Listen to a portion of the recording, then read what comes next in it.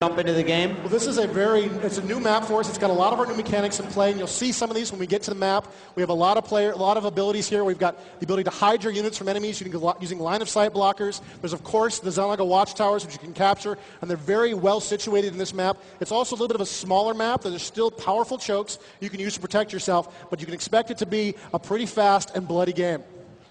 Absolutely. It's looking like both of the players have already joined up, and they are ready to get this game underway. All right, Game 2 of the StarCraft 2 exhibition is about to be underway. Let's hear from you guys.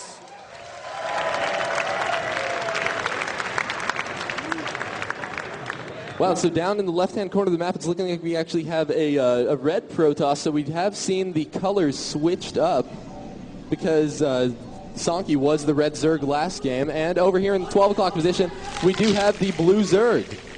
So this is a classic matchup on these maps. These players are positioned directly across from one another. It's a very, very fast kind of game that's going to be on this map at this point. And if you look towards the middle of the map, you'll see we have a couple of these Xenoga watchtowers in the game once again. Now, both of these watchtowers will give a lot of vision to both players, and control these towers may prove very key. There's a couple of other features to this map that are a little different from Lost Temple. Over here on the left-hand side of the map, you can see there are some rocks in position that if you can destroy these rocks, you can get access into the enemy base. So these are extremely tough, extremely hard to take out, especially in the early game. But once armies become extremely powerful, these are very easy to blow through, which means the map may change shape as the game goes on. If players focus on these rocks, they can open up new holes into the enemy base, allowing you to strike at them from unexpected directions. That's right, and from both of these sides, there's actually destructible rocks heading up this ramp over here, and another new feature of the terrain in StarCraft 2 is these line of sight blockers. Whenever you have a unit on the other side, your enemy is going to be unable to see any of the ground forces that you have behind it. Yeah, this can make a real difference, especially for both Zerg and Protoss forces,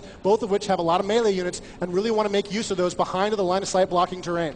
Ooh, and both of the players are actually just striking it rich right now. They were able to send their scout right over into the enemy player's base very early on. We can see Yellow is able to scout out Sankey's base up here in the top. He's just going to be able to see that what it looks like Sankey is going for another fast expand all the way down here into the high-yield mineral field. And we can see here our resources tab is brought up, and you can see how fast the players are resourcing, both per minute, which is the plus number, and how much they're floating right now, how many resources they have in the bank. Generally speaking, you want to see players keep the amount of resources they're saving really, really low. They want to get as many forces on the field as possible, spend all of that money the minute it comes in.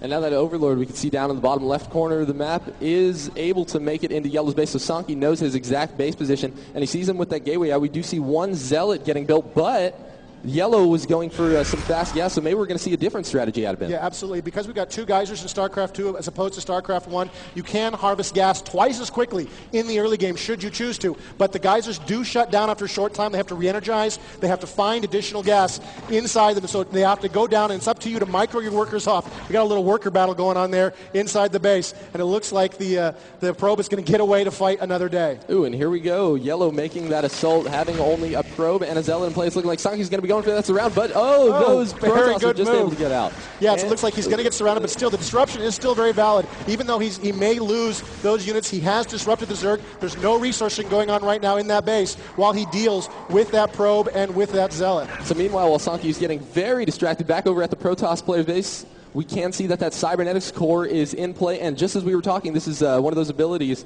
The assimilator has now ran out of harvestable Vespene gas. And so it's gone down. When it's red, you need to take your workers off and do something else with them. He forgot them for a little bit there, not quite macroing as fast as he needs to be, but it looks like he's remembered them. He's got them back in action, and he's got them back resourcing once again. So what Yellow needs to do right now is definitely go for that warp gate ability, because we saw how strong it was for him in being able to just pump out those stalkers as the game went on. Yeah, it's very, very powerful. Looks like the Zerg are kind of knocking at the Protoss door here. Only a couple of Zerglings moving in, the rest moving back. He doesn't quite have the forces right there in that position to really threaten the Protoss, and so he's going to back away. Oh, and the Zealots not having charge are absolutely going to be unable to catch up to those Zerglings and do any damage to them. Now, we can see that Yellow does still not have knowledge about this high-yield expansion, which is very important. As the Zerg player goes on, we might be able to see him just plain overwhelm the Protoss player. This is a new feature of StarCraft 2. We've got some minerals that are worth more than others, and so these bring back more per trip than they would from the regular crystals. So this allows any player who captures this area to really gain a big economic advantage, but you can see how poorly defended that base was. There's almost no choke point there at all. It's extremely difficult to defend that base, so if anybody comes to that area, you're going to find it a lot harder to hold. Oh, uh-oh, and it's looking like Yellow's just about to find it. Is the probe going to be able to make it there? Yes, it was able to see the creep on the map. It didn't quite make it to any of the buildings, but I'm sure that Yellow was watching that purple show up on his minimap. Yeah, I'm sure he knows exactly what's going on over there right now. This is a classic move by the Zerg on this map, and it can be very dangerous for a Protoss player who doesn't move to counter it or doesn't expand on his own.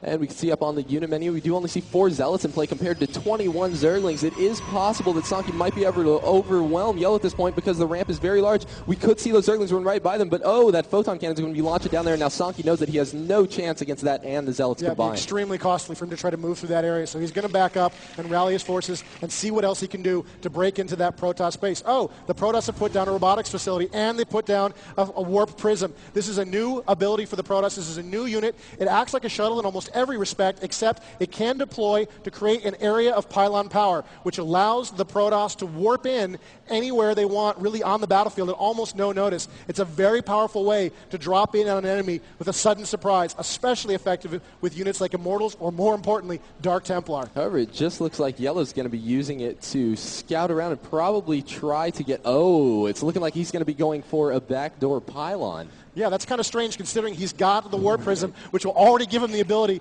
to put the pylon in play. But it looks like he's going to try it anyway, move to the back there, and see what kind of damage he can do. Maybe he's planning on trying to hide some photon cannons back there as well. Ooh, and now Yellow going for another one of the new units that we have here in StarCraft 2, the Colossus. This is especially strong against any ground forces. Yeah, it has a very powerful ability to walk up and down cliffs. In addition, the Colossus has a powerful beam that sweeps back and forth across the battlefield that can do terrible, terrible damage to units like Zerglings. And there's that pylon, and there's those photon cannons that we were talking about. It looks like he's really going into position here, going to create a little barrier in the back of the Zerg base, create a little position that he can defend and presumably continue to warp in units. Meanwhile, at the front, it looks like the Zerg made a little abortive attempt there to attack, but it didn't quite work out, and they're moving away back towards the middle while the Protoss continue to use that choke point and their Zealots to hold the line. Wow, seeing all those cannons get built in the back of the base, I wasn't sure how he was going to use that Warp Prism, but now we know exactly what he's doing. He's building down a pylon to have a little backup. Maybe he's going to try spreading out his defenses a little more with that Warp Prism. Wow, this is really a sneaky move. It looks like the Zerg player is completely unaware of what's going on. He has no idea the danger that's going on in the back. Of course, the Protoss, the Zerg may not be aware either that there's a Colossus right up on that cliff just waiting for his Zerglings to get close. And if he's able to get close enough, we will see that large beam get thrown down very shortly. Oh! And now another feature about the Colossus is that they're actually able to walk directly up and down cliffs, no problem. Yeah, and you can see now he's on the attack, moving out across the map, seeing what he can find. Oh, man, it looks like the Protoss are really doing their thing back there. If he had a little more creep, he might be a little safer, but he doesn't. Oh, the Zerg have seen the threat now. What can they do? Are they going to be able to get in there with the Zerg to do enough damage? It's a large Zerg force, but this will be extremely costly for the Zerg. Now we're going to need to see Sanki actually move in on those photon cannons. It's not on that pylon because that phase prism, the Warp Prism, is the one providing all of the power right now. It's looking like those Zerglings going straight for that pylon are just getting taken out too fast. There are still 3 more photon cannons up, only 2 remaining. All those Zerglings, will they be able to take them down? Another photon cannon finishes off. We do see a few more Zerglings able to play. Whoa, and we've got 3 more cannons finishing off, and Sanki now no longer has any defenses. Oh, what a tough break for the Zerg player. He wasn't obviously quite as aware as he needed to be. StarCraft moves so fast, and he forgot that